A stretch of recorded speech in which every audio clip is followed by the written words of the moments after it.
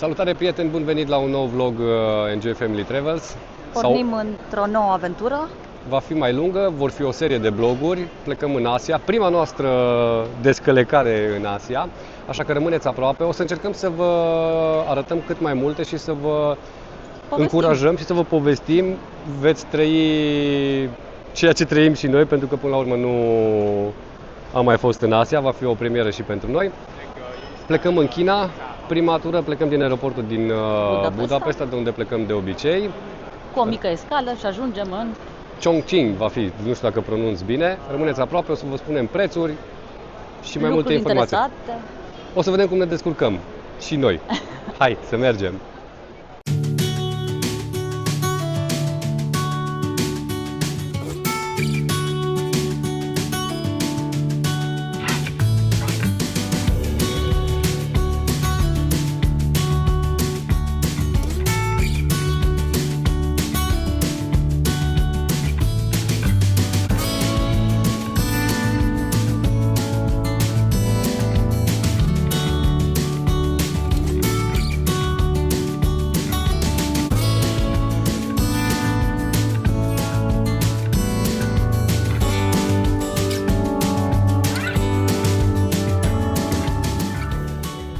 Am ales să zburăm cu Hainan Airlines, Suntem la bordul unui Boeing 787.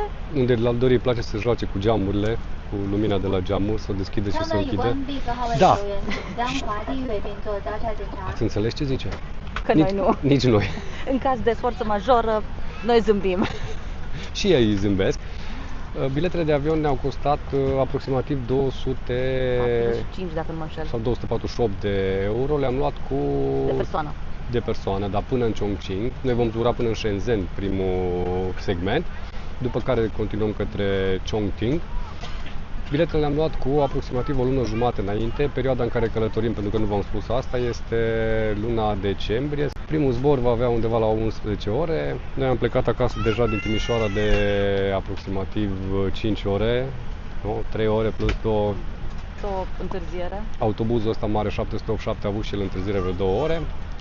Zburăm și vă povestim în continuare când ajungem, când descălecăm în China. Acum de plictiseală ce să faci? Facem inventarul produselor de la bord. Cu Hainanul. Da, la Hainan Airline, la compania, primești un mic cadou, să zicem așa, desigur clasa economii. Ia să vedem ce avem. Descoperim.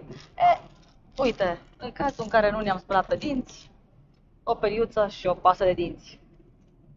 Sau poate aia e pentru dimineață, dacă vrei să te speli. Da, corect, poate.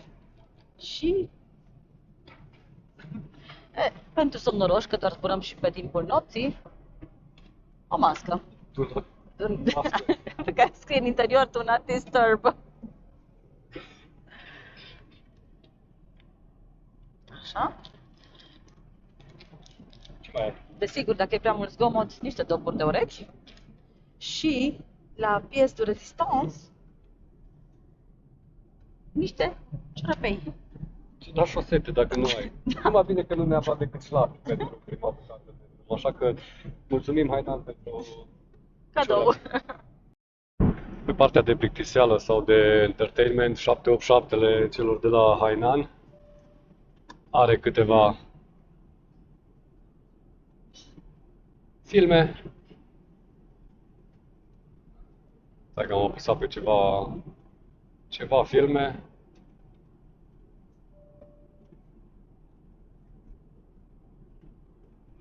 Seriale, documentare,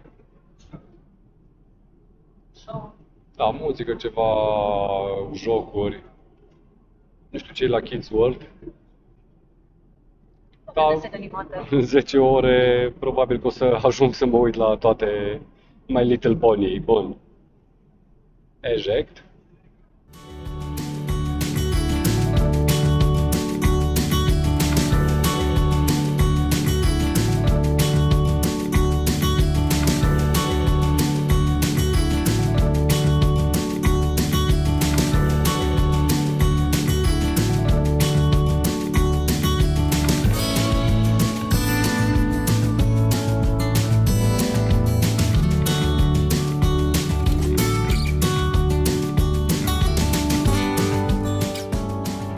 La nicio oră de când am plecat din Budapesta, au venit și s-a servit mâncarea.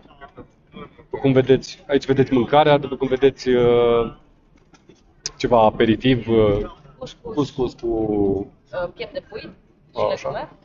O pâine cu unt și niște vită cu morcov și cu ceva sos de muștar. Erau, Asta e potato gratin, adică gratin de cartofi. da, Dori și-a luat ceva specialitate, orezul de nu știu unde. Pe aburi cu pui teriyaki. Da. Da. Așa zicea. Nu ne lasă flămânzi. După cum vedeți în imagini, și băutură este normal inclus în preț. Cam asta este meniul de la Hainan de acum, de când am plecat noi. Decentă mâncarea celor de la Hainan, nu veți muri de foame. Noi am mâncat aproape tot. Ce e interesant e că avionul trebuia să plece la ora 10. Am plecat pe la 11 jumate, 12, la prânz. Am zburat o oră și se servește cina. Pentru că așa era în meniu, nu? Asta era meniul de cină. Deci am mâncat cina. Probabil că Micul dejun îl vom servi probabil pe la ora 3. da, având în vedere că unde ajungem este cu 7 ore, 8 ore, 7 ore, 8 ore față de România în plus, 7 de Budapesta, în curând probabil că se va face noapte. Așa că e potrivită cina. Da. La ora 12 cina. Da. Dau și un whisky la ora 12. Bănuiesc că da, am văzut că Aveau pe lista, de meniu era.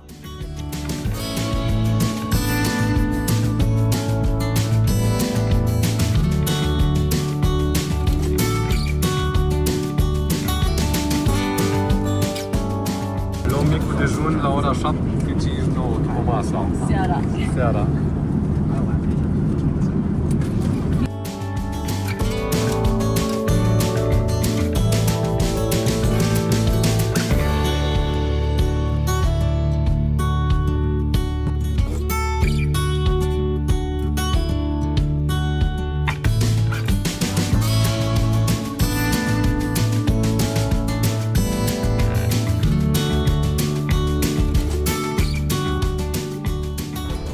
Bun venit în Shenzhen, parcă așa spuneau, Shenzhen sau cum spunea. Zborul nostru a durat cu Hainan, a durat 10 ore și puțin. Am ajuns în Shenzhen, aș fi spus eu. Da, acum ne chinuim fiecare să spunem care cum mai bine în mandarină. Primul lucru, cred că ar trebui să vedem, am și uitat, nu ne-am grăbit, vedeți ce coadă era pe ieșire la avion, să vedem dacă avem internet. Marea surpriză. Marea surpriză. Dori s-o grăbit, normal, ăștia tinerii. Ăștia tinerii nu rezistă fără telefon. Să dăm drumul la... Te ajut? Nu m-a ajutat, că doar trebuie să trec din modul avion. Și se pare că îmi scrie ceva în chineză, după cum vedeți și voi în imagini. Avem net. Acum, poveștile despre că merge sau nu merge Google-ul, uite, pot să încerc un Google, să caut pe Google și ne plimbă pe bandă. Se pare că nu merge așa la o prima audiție, dar văd că am WhatsApp. WhatsApp-ul funcționează, dar funcționează doar cu cartela eSIM, vorbesc prostii. Funcționează WhatsApp-ul cu eSIM-ul celor de la Nomad, se pare, dar o să vedem mai multe pe parcurs. Ce mi se pare ciudat? Faptul că chiar dacă destinația noastră finală este, a zilei de azi, este Chongqing, ne vor pune, sau cel puțin așa se pare, ne vor pune să facem imigrările sau ridicarea bagajului aici în Shenzhen, probabil și formalitățile de intrare în China. În mod sigur nu voi filma acolo, pentru că am mai filmat în alte părți și nu a fost bine. Mergem să facem formalitățile și vă povestim mai mult, da.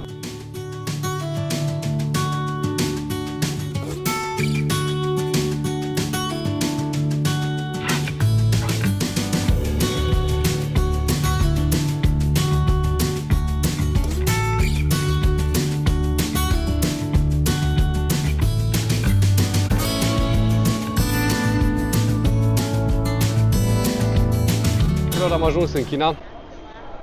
Încă n-am călcat, suntem pe pământ.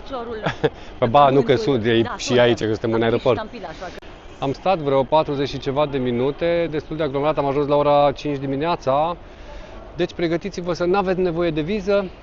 Dar completați un arrival card, îl vedeți în imagini filmate când încerca la vis să completeze când avionul făcea ding, ding, ding, ding, ding, ding, ding.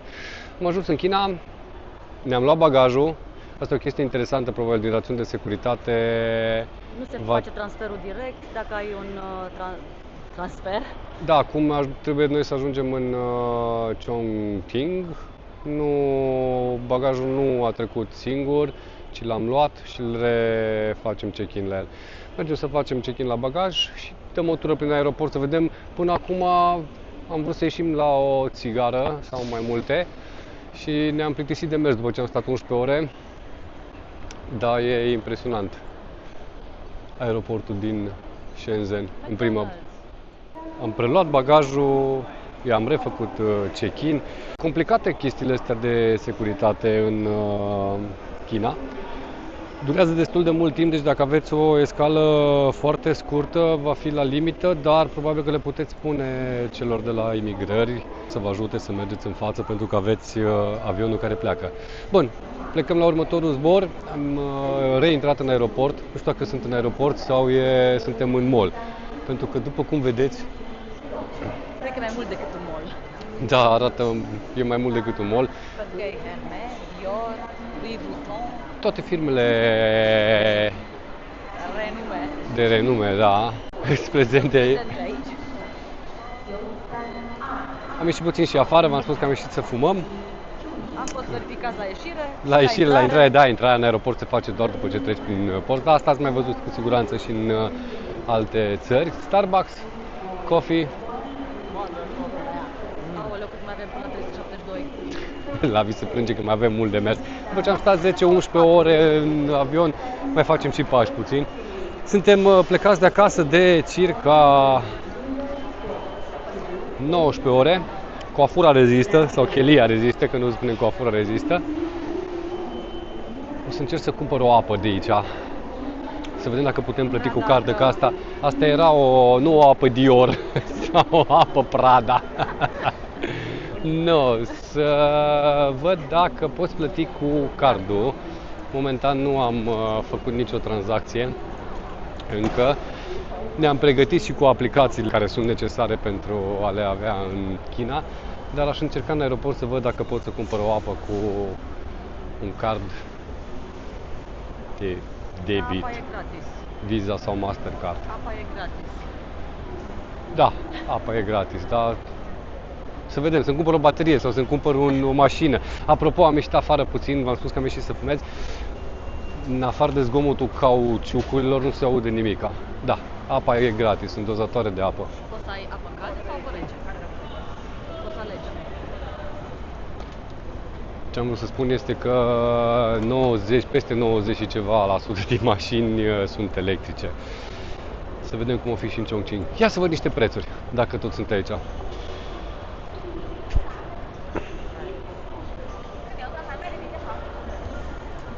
Un sandwich 59 de yuan. Înseamnă un yuan este 0,60. 30 și ceva de lei un sandwich. Automate. Tot am zis că vreau să văd cum am ocazia. La automat. De unde știu eu ce vreau aici? Astea sunt prețurile. Ceva îmi dă cu virgulă pentru că un suc înseamnă că costă 3 lei și ceva. Cât dați voi într-un aeroport din Europa pe un suc sau pe o apă? Scrieți-mi în comentarii, că eu, din câte țin minte, e peste 2, 3, 4 euro. Nu văd să se poată achiziționa cu card.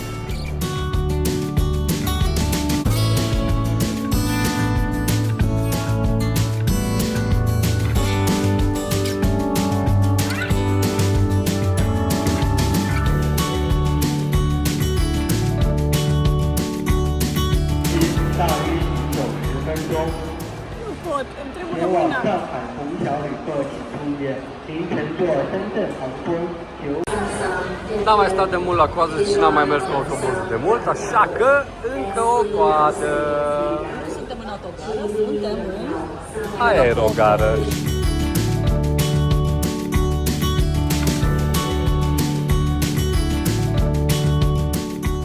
Tura a doua?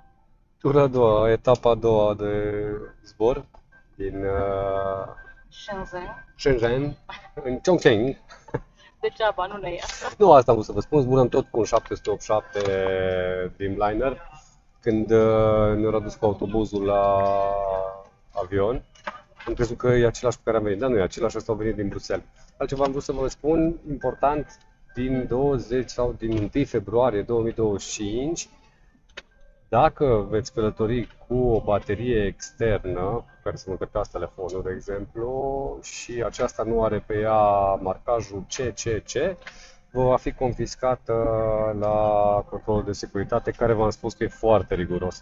Eu nu am călătorit cu o astfel de baterie, nu prea găsești la noi în țară asemenea lucruri. Nenea numără persoanele la bord, deci bănuiesc că e boarding complete, nu e așa de plin avionul. Deci nu vă luați baterie externă dacă zburați intern în China, adică veniți și faceți security. Da, sigur veți găsi aici de cumpărat una dacă... Să spune mai târziu că sigur ne cumpărăm o baterie ca să avem. Așa că, al doilea zbor, tot pe aici am venit, tot cu entertainment de ăsta. Noi când am venit în zbor am trecut pe lângă Chongqing. Deasupra. Pe deasupra, pe lângă, la 100 și ceva de kilometri, așa e.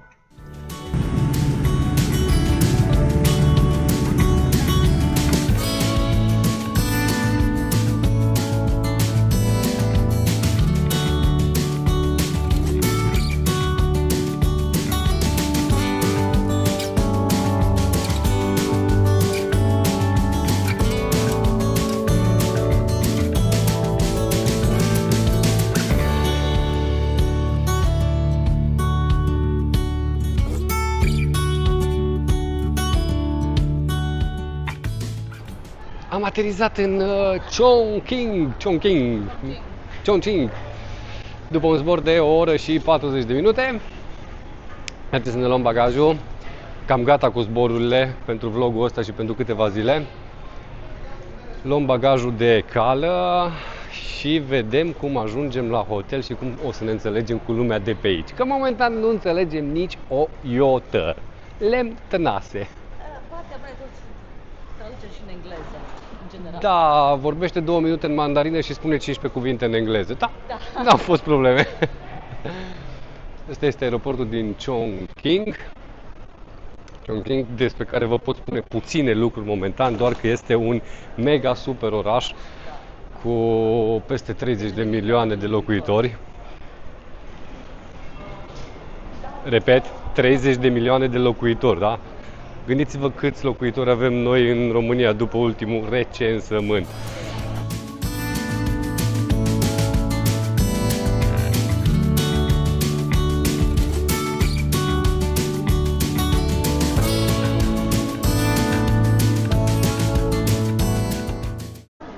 Bun, am ajuns și la partea de luat bilete. De data asta QR Code Pay, dă-i. Vedem ce înseamnă QR Code Pod. WeChat sau Alipay. Dă-i pe Alipay, Dori. Tu doar scanezi. Eu doar scanez ce? QR code. Scan, să vedem. Da. Da. 18 ioane înseamnă 10 lei. Pe aplicație vedeți, n-am bancă adăugată. Bun. Da, vom încerca să ne descurcăm. Nu mă lasă. Am reușit să plătim până la urmă cu cardul. Direct la ghișeu, nu ne-a mers aplicația. Am ajuns la metrou. Cam așa arată. Metrou vine din 10 în 10 minute la aeroport. Foarte silențios.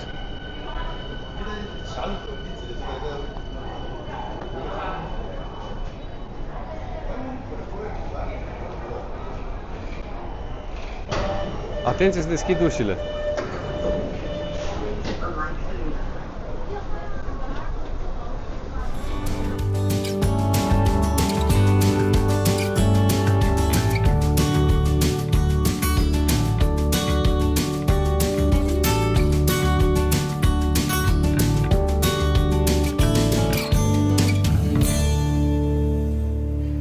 Cu greu am ajuns la hotel. Descurcăm bine în mandarină cu Google Translate. Fără el am fi fost morți. Dar și ei se descurcă la fel de bine. Ei folosesc deja de ceva vreme aici. Așa se descurcă. Translate-ul, da. Asta va fi camera noastră. Atenție la treaptă. Pentru următoarele 2 nopți. Am plătit 20 de euro pentru 2 zile. Fără prea mari pretenții. Vedem un șantier și un zgârie noi.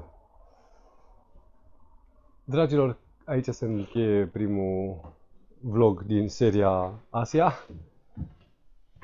Ne vedem în următoarele. Ne puneți să dormim, că suntem plecați deja de 24 de ore. Salutare! Până la următorul vlog.